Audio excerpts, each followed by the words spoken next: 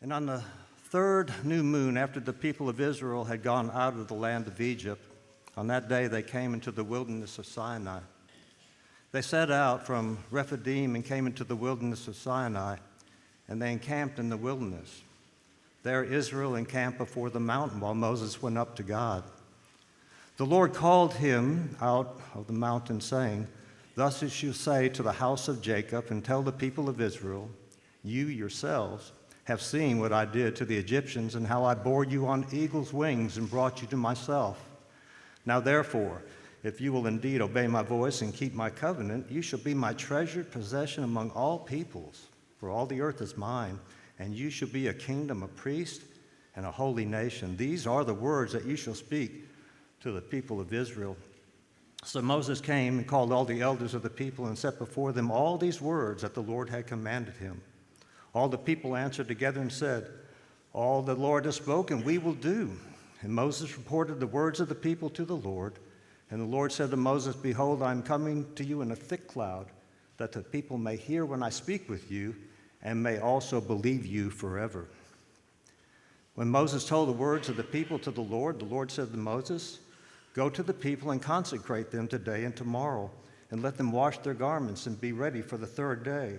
For on the third day the Lord will come down on Mount Sinai in the sight of all the people, and you shall set limits for the people all around, saying, 'Take care, not go up into the mountain or touch the edge of it.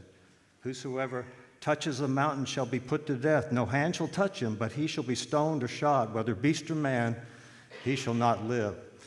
When the trumpet sounds a long blast, they shall come up to the mountain." So Moses went down from the mountain to the people and consecrated the people. They washed their garments, and he said unto the people, "Be ready for the third day. Do not go near a woman." On the morning of the third day, there were thunders and lightnings and thick cloud on the mountain, and a very loud trumpet blast. So all the people in the camp trembled. Then Moses brought the people out of the camp to meet God, and they took their stand at the foot of the mountain. Now Mount Sinai was wrapped in smoke because the Lord had descended on it in fire. The smoke of it went up like the smoke of a kiln, and the whole mountain trembled greatly. And as the sound of the trumpet grew louder and louder, Moses spoke, and God answered him in thunder. The Lord came down upon Mount Sinai to the top of the mountain, and the Lord called Moses to the top of the mountain, and Moses went up. And the Lord said to Moses, "Go down and warn the people, lest they break through to the Lord to look, and many of them perish. Also let the priests come near to the Lord, consecrate themselves, lest the Lord break out against them." And Moses said to the Lord, "The people cannot come to Mount Sinai, for you yourself warned us, saying, 'Set limits round about the mountain and consecrate it.' And the Lord said to him, 'Go down, come up, bringing Aaron with you, but do not let the priest and the people break through to come up to the Lord, lest he break out against them.' So Moses went down to the people and told them."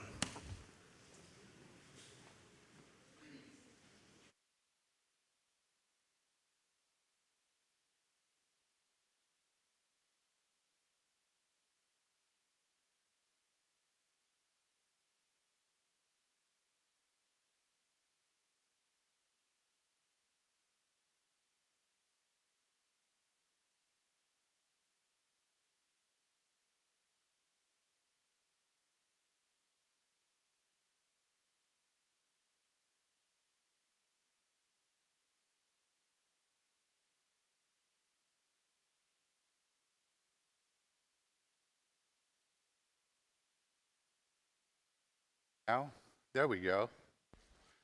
So you've been hanging out with us. We've been in Exodus. In chapter 19, everything is about to change for the people of Israel. This is a pivotal moment in this entire story, in this entire narrative. You think,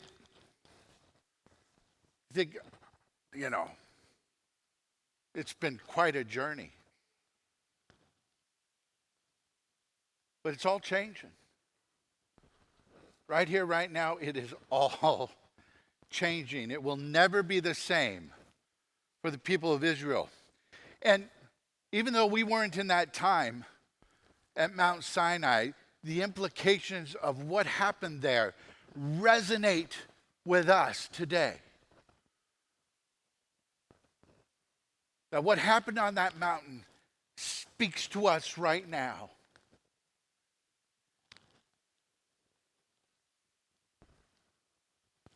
And it speaks a better word. It speaks a better mountain than what Israel will encounter.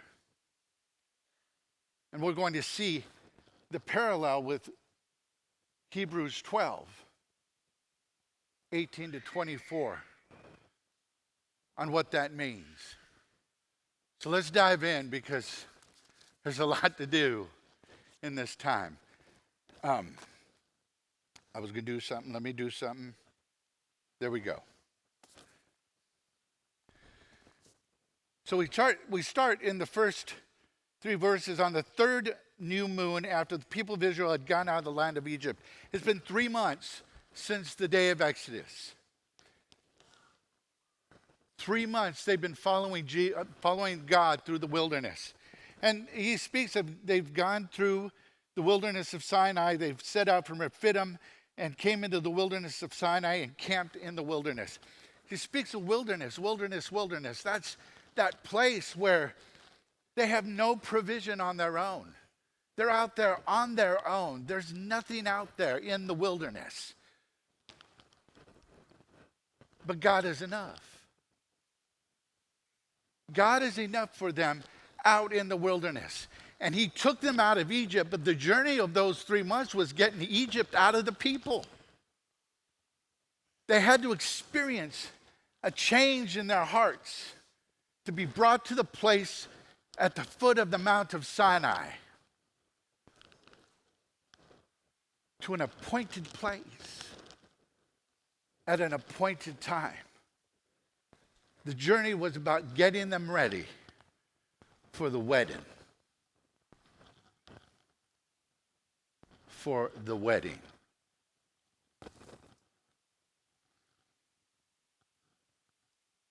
And there is this anticipation encamped around the foot of Sinai. They don't know what's going on. All they know is that they've shown up, and here we are, and what's going to happen? Something's going to happen. And it starts immediately. In verse 3, God says to Moses, saying, "Thus you shall say to the house of Jacob and tell the people of Israel."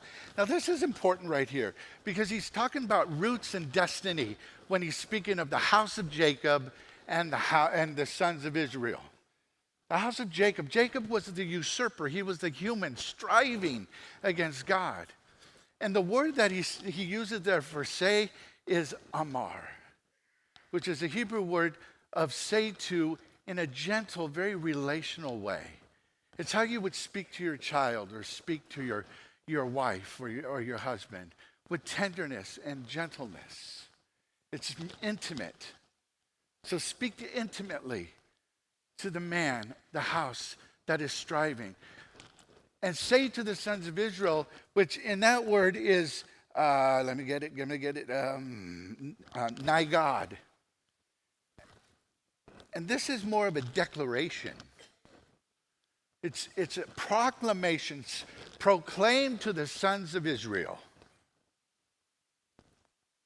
And there's a dichotomy here, isn't there? This tenderness and this formality. And it foreshadows what's to come here in this chapter. It's already being laid out, the intimacy and the formality. The intimacy and the formality. Because the Israelites are about to experience some firsts. They're going to experience some things for the very first time with the Lord. And he says, say these things to them, because he then recalls, the Lord called to him and said, you yourself, verse 4, you yourselves have seen what I did to the Egyptians and how I bore you on eagle's wings and brought you to myself. Here God is declaring, remember what we've been through together. And really a lot of that, if you think about it, a lot of that, Israel was really about forgetting what God did for them. He delivers them and then they whine. Oh Lord, you brought us to the Red Sea. We're going to die. I'll be quiet. Just go through the water. Oh, we're hungry. Here, I'll give you some food. Oh, we're thirsty. Here's some water. He provided for them the whole time. And so he recalls and says, I brought you to myself. He was with them the entire journey. But this right now is about saying, I brought you to myself, to this place, to this time, for the wedding.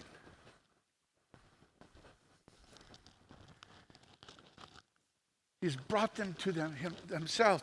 This is grace before law. Because what's about to happen in chapter 20 is the giving of the 10 commandments. And this is the prelude to that.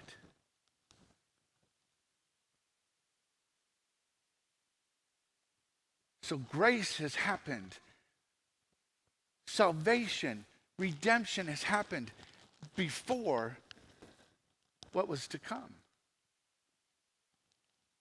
Walking in grace. And so in verse 5 he says, now therefore, since I have brought you to myself, if you will indeed obey my voice and keep my covenant.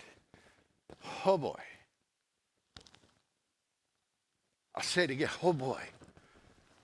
Everything just changed.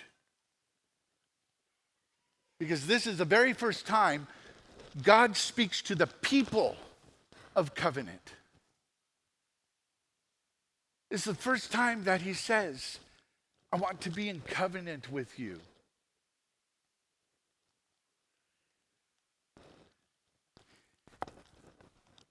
And the word here, obey, is shema. And it's a type of listening. You might remember in Deuteronomy 6:4, the Shema, you shall love the Lord your God with all your heart, with all your soul, with all your strength. Shema here is listen attentively, prepare to act appropriately. This is the kind of listening that is saying, I'm ready, tell me what to do. Here we go.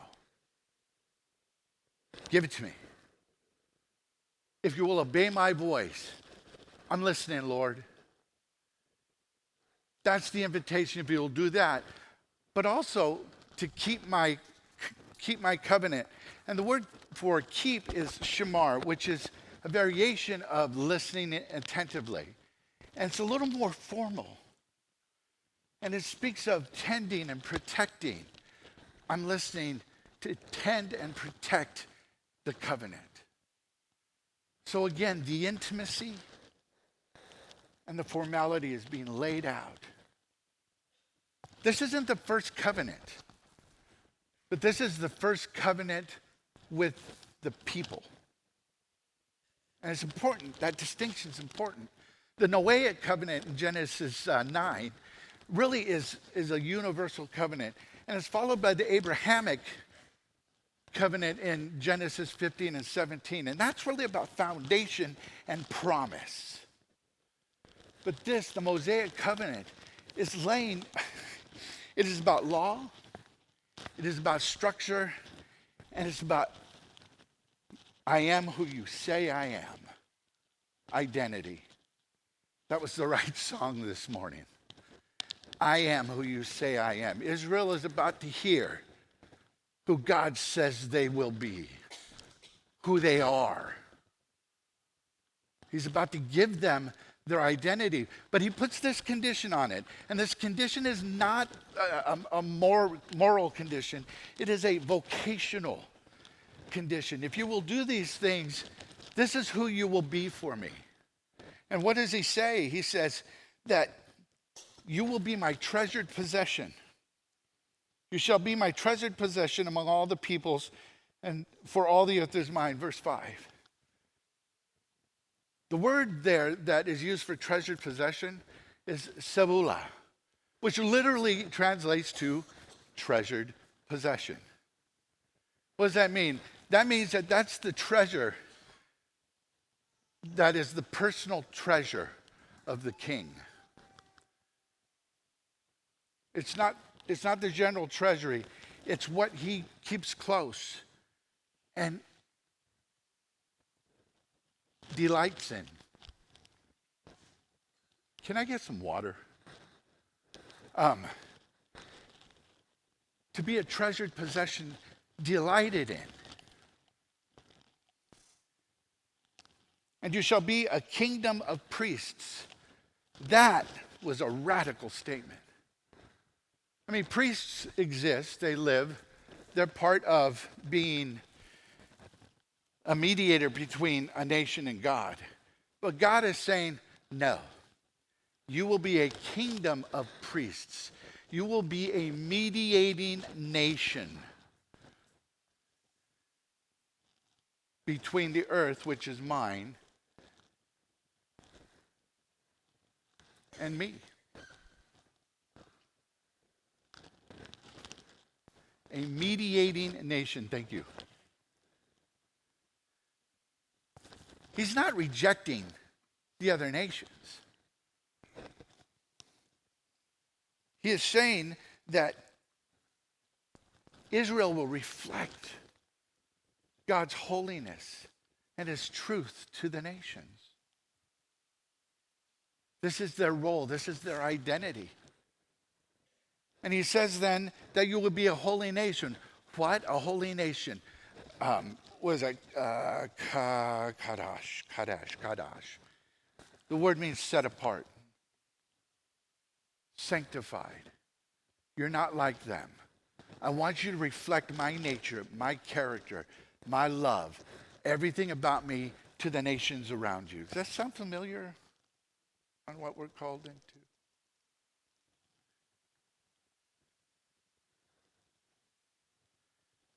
This is their identity. And how do they walk in it? By obeying my voice and keeping my covenant. Will they do it? The law, can we? No. But a better mountain is coming. But in this is the identity that God is declaring for Israel and eventually us. And so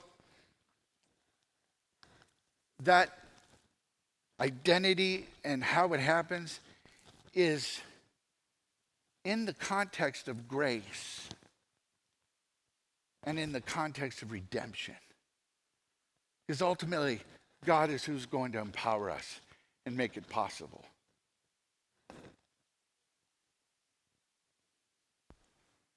And so in verse 7, the people respond, Moses came and called the elders of the people and set before them all these words. It is interesting at the end of verse 6, God says, these are the words that you shall speak to the people of Israel. I want to point this out because this is not a willy-nilly thing. God said, speak these words. And Moses likely said, just like this, and God probably said, yes, just like that, word for word. This is what I want you to say. Don't add to it, don't take from it. And so that's what Moses does. He brings the exact word to the people through the elders. Now, why is he doing that? Because God is establishing the covenant formality. You see, revelation has to be mediated. You may not have heard that. Revelation has to be mediated. That means that somebody has to stand between us and God for us to understand, see, hear, and get the message, to see what he wants us to see, to hear what he wants us to hear, and to know what he wants us to know. Revelation is mediated. In this case, it's Moses. And so what does it look like? God speaks to Moses. Moses speaks to the elders speak to the people, and the people, when they respond, speak to the elders. The elders speak back to Moses, and Moses speaks to God. When they respond, which they do, and I think this is so cute. It's the right word, cute. All that the Lord has spoken, we will. We're going to do it.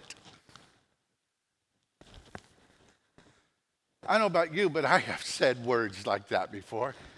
I'm going to do it. And then pull a Genesis or an Exodus 32, build a calf and start worshiping it. But that's what we do, and that's what Israel will do. It was so naive of them. It was cute. And God heard them. But Moses goes up to the mountain and reports what they said, because there's a formality of covenant being laid out here. Very important.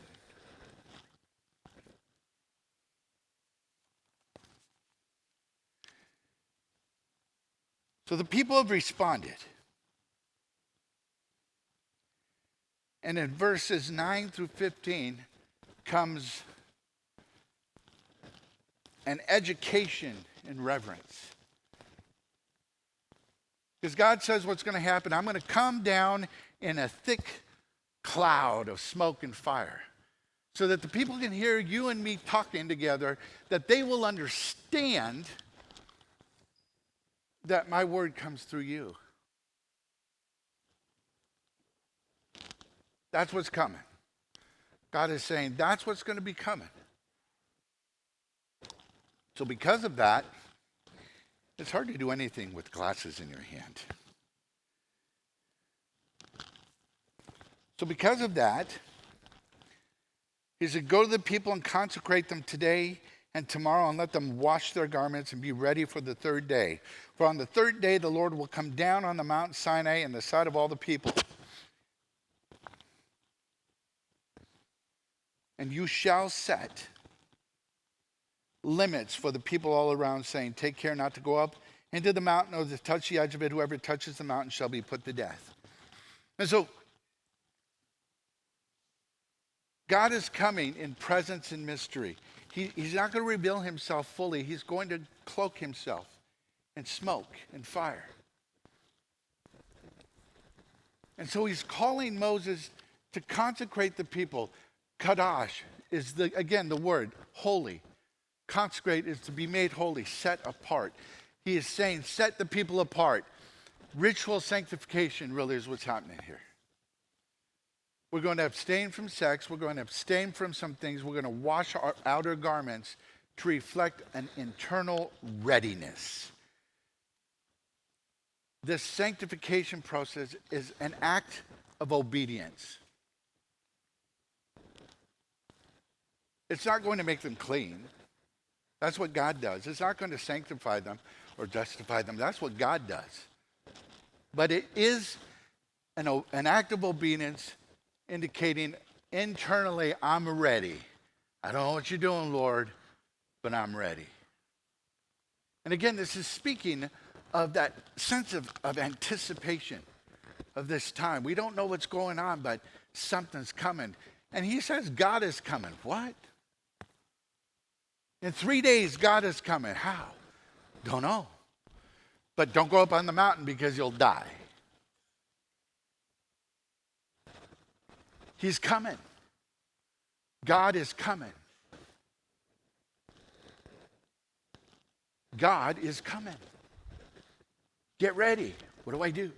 Wash your clothes? Abstain? Get ready on the inside. What does that mean? Ready your hearts. Set your mind, set your emotions, set your will toward God who's coming to meet you. The bridegroom is on his way. And you, the bride, gussy up. Let's get ready. That's what they're doing. But the boundaries are interesting, aren't they? Because God's coming, but he's saying, but only this far. You can only come this far. So there's intimacy, but distance. Come close, but stay back. I want to be near you. But he can't. It would kill you. So we'll do it this way. This is how I'm going to have you do it. And so they get ready. And then the rabbinic tradition, and I want to bring this in because I've been talking about wedding. The rabbinic tradition is an understanding that what happened at Sinai was the marriage of God to his people. That God is the bridegroom. That Israel, of course, is the bride. And the law that would come in chapter 20 and after, the Torah, was I love this word, ketubah, which is the marriage contract. That the law is the marriage contract. And Sinai is the chuppah, the canopy, the wedding canopy. It was all there, and this is the bridegroom taking his bride.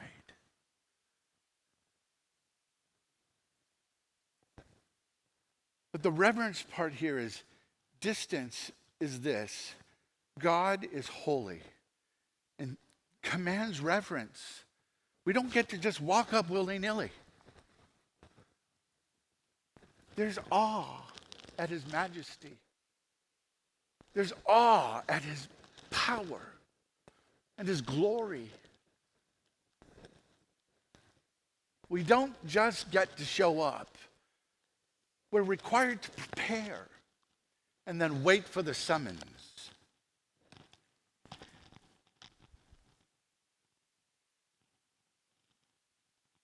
To wait for the summons. He speaks of when they're ready to wait. I can't remember it. To wait for the trumpet. When the shofar sounds, then you can come. When the shofar sounds. And so God's presence is not to be presumed upon. He is holy, kadosh, set apart. And we approach him not on our terms, but on his terms. We approach on his terms. And so the people got ready. People get ready. God is coming. And on the third day, I love this. On the morning of the third day, there were thunders and lightnings and a thick cloud on the mountain and a very loud trumpet blast so that all the people in the camp trembled. The storm the other day, I was sitting at work and there was a lightning that had to have crashed right over me because it was, and it was, and the whole building shook. And I was like, oh my God, what is going on? That was loud. That was scary. And that was just one thunder. Can you imagine the morning waits and all of a sudden there's smoke and fire and there's thunder and the mountain's trembling. There was so much going on in that trumpet blast and in his presence, the mountain begins to shake. I come from California. I've experienced some gnarly earthquakes. And they're not fun. They're scary because your foundation is now on the move. Now what are we doing? God's present. I don't know if I can stand up. It would be okay if you fell on your face. It would be okay. But here's the presence of God showing up in mystery and in sound. They hear it, they see it, they feel it. And then Moses brought the people out of the camp to meet their God, and they took their stand at the foot of the mountain. Again, here's Moses, the mediator, bringing them to the revelation that they're about to experience. He brings them to the foot of the mountain. And I can only imagine that with all that going on, they're just like, what are we doing here? I don't okay.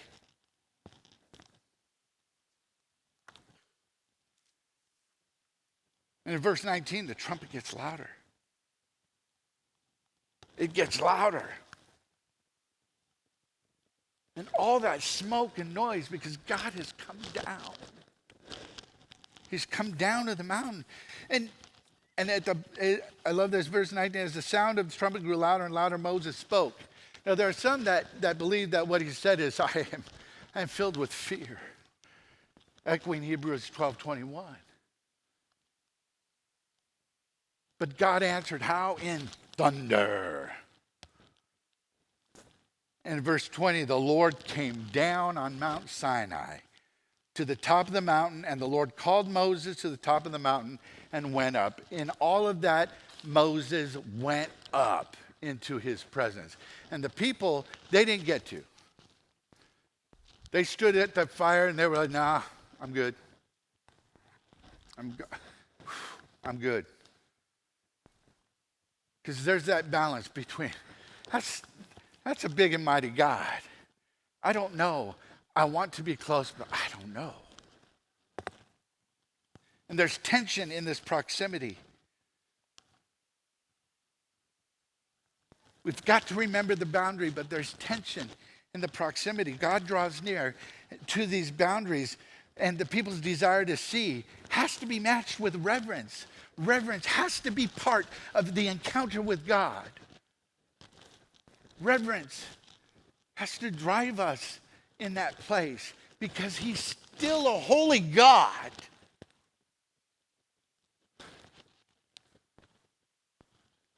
And deserves our awe.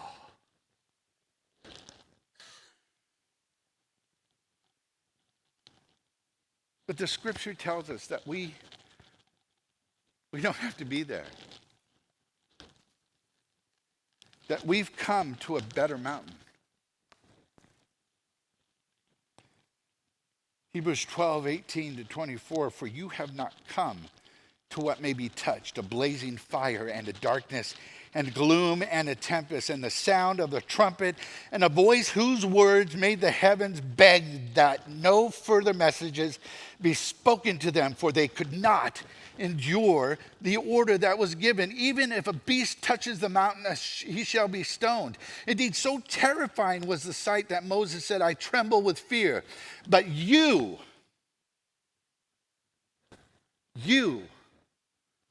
have come to Mount Zion and to the city of the living God and the heavenly Jerusalem and to innumerable angels in festal gathering and to the assembly of the firstborn who are enrolled in heaven and to God, the judge of all, and to the spirits of the righteous made perfect, and to Jesus, the mediator of a new covenant, and to the sprinkled blood that speaks a better word than the blood of Abel. We have the better mountain in Jesus. God gave us the better mountain in Jesus. In Sinai, it was fearsome, it was terrible, it was horrible, it was awful, and it was scary. In Zion, it's spiritual. We have joy. We can draw near. At Sinai, that was Zion. At Sinai, Moses was the trembling mediator. He was still a man. He was imperfect. In Zion, we have Jesus, the perfect, triumphant mediator. Sinai, we were distant. Zion says, come here. Sinai literally was, stay away, even though I'm near. Zion says, draw near. What are we drawing near to? Hebrews 4:16. Let us then with confidence draw near to the throne of grace upon which our Father sits, so that we can say, Abba, Daddy. What do we do with this? Look, we don't stand trembling on Mount Sinai. We stand rejoicing on Mount Zion.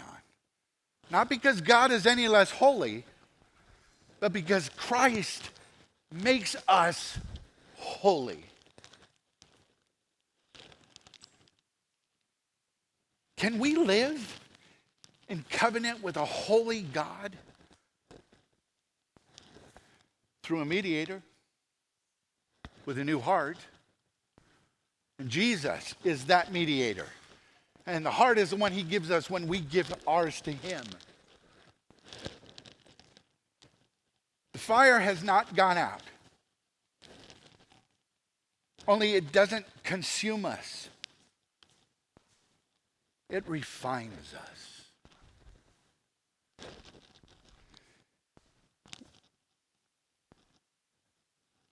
We worship. Hebrews 12:28, we worship. Therefore, let us be grateful for receiving a kingdom that cannot be shaken, and thus let us offer to God acceptable worship with reverence and awe. We worship with reverence and awe. It's the same consuming fire. But the trumpet doesn't say, stay distant. It says, come near. I'm right here. Come near. This is our acceptable worship. That we approach his throne of grace with humility. With hearts that say, I can't, I need, I want you. With hearts that say, I'm not worthy, but you are. And we let his majesty and his glory and his honor fill us, spill out of us, and overwhelm us. And we don't live for Jesus. We don't live for God. We live from him.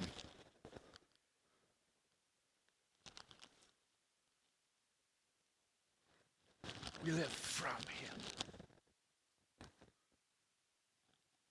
So we live from his grace. We live from his love. We live from his power. We live from his majesty. We live from his glory because he's the one who's pouring out of us. Friends, if you have not yet given or drawn near to Jesus, today is a good day to do that. Now is the acceptable time. This is a great day to say, Lord, let's do it. I'm listening. Tell me what we're doing today.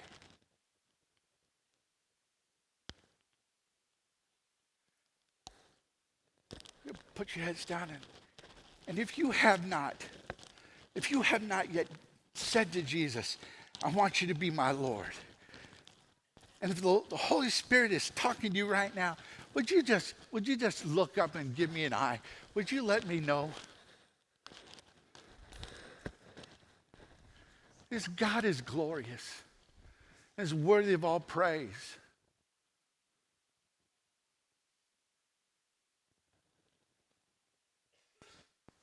And in this place, in this time, let our worship be acceptable. Let our hearts be humble. Let it be filled with gratitude, saying, you are an awesome God. You are a glorious God. And I will follow you all the days of my life. Let's stand and pour out our hearts to him.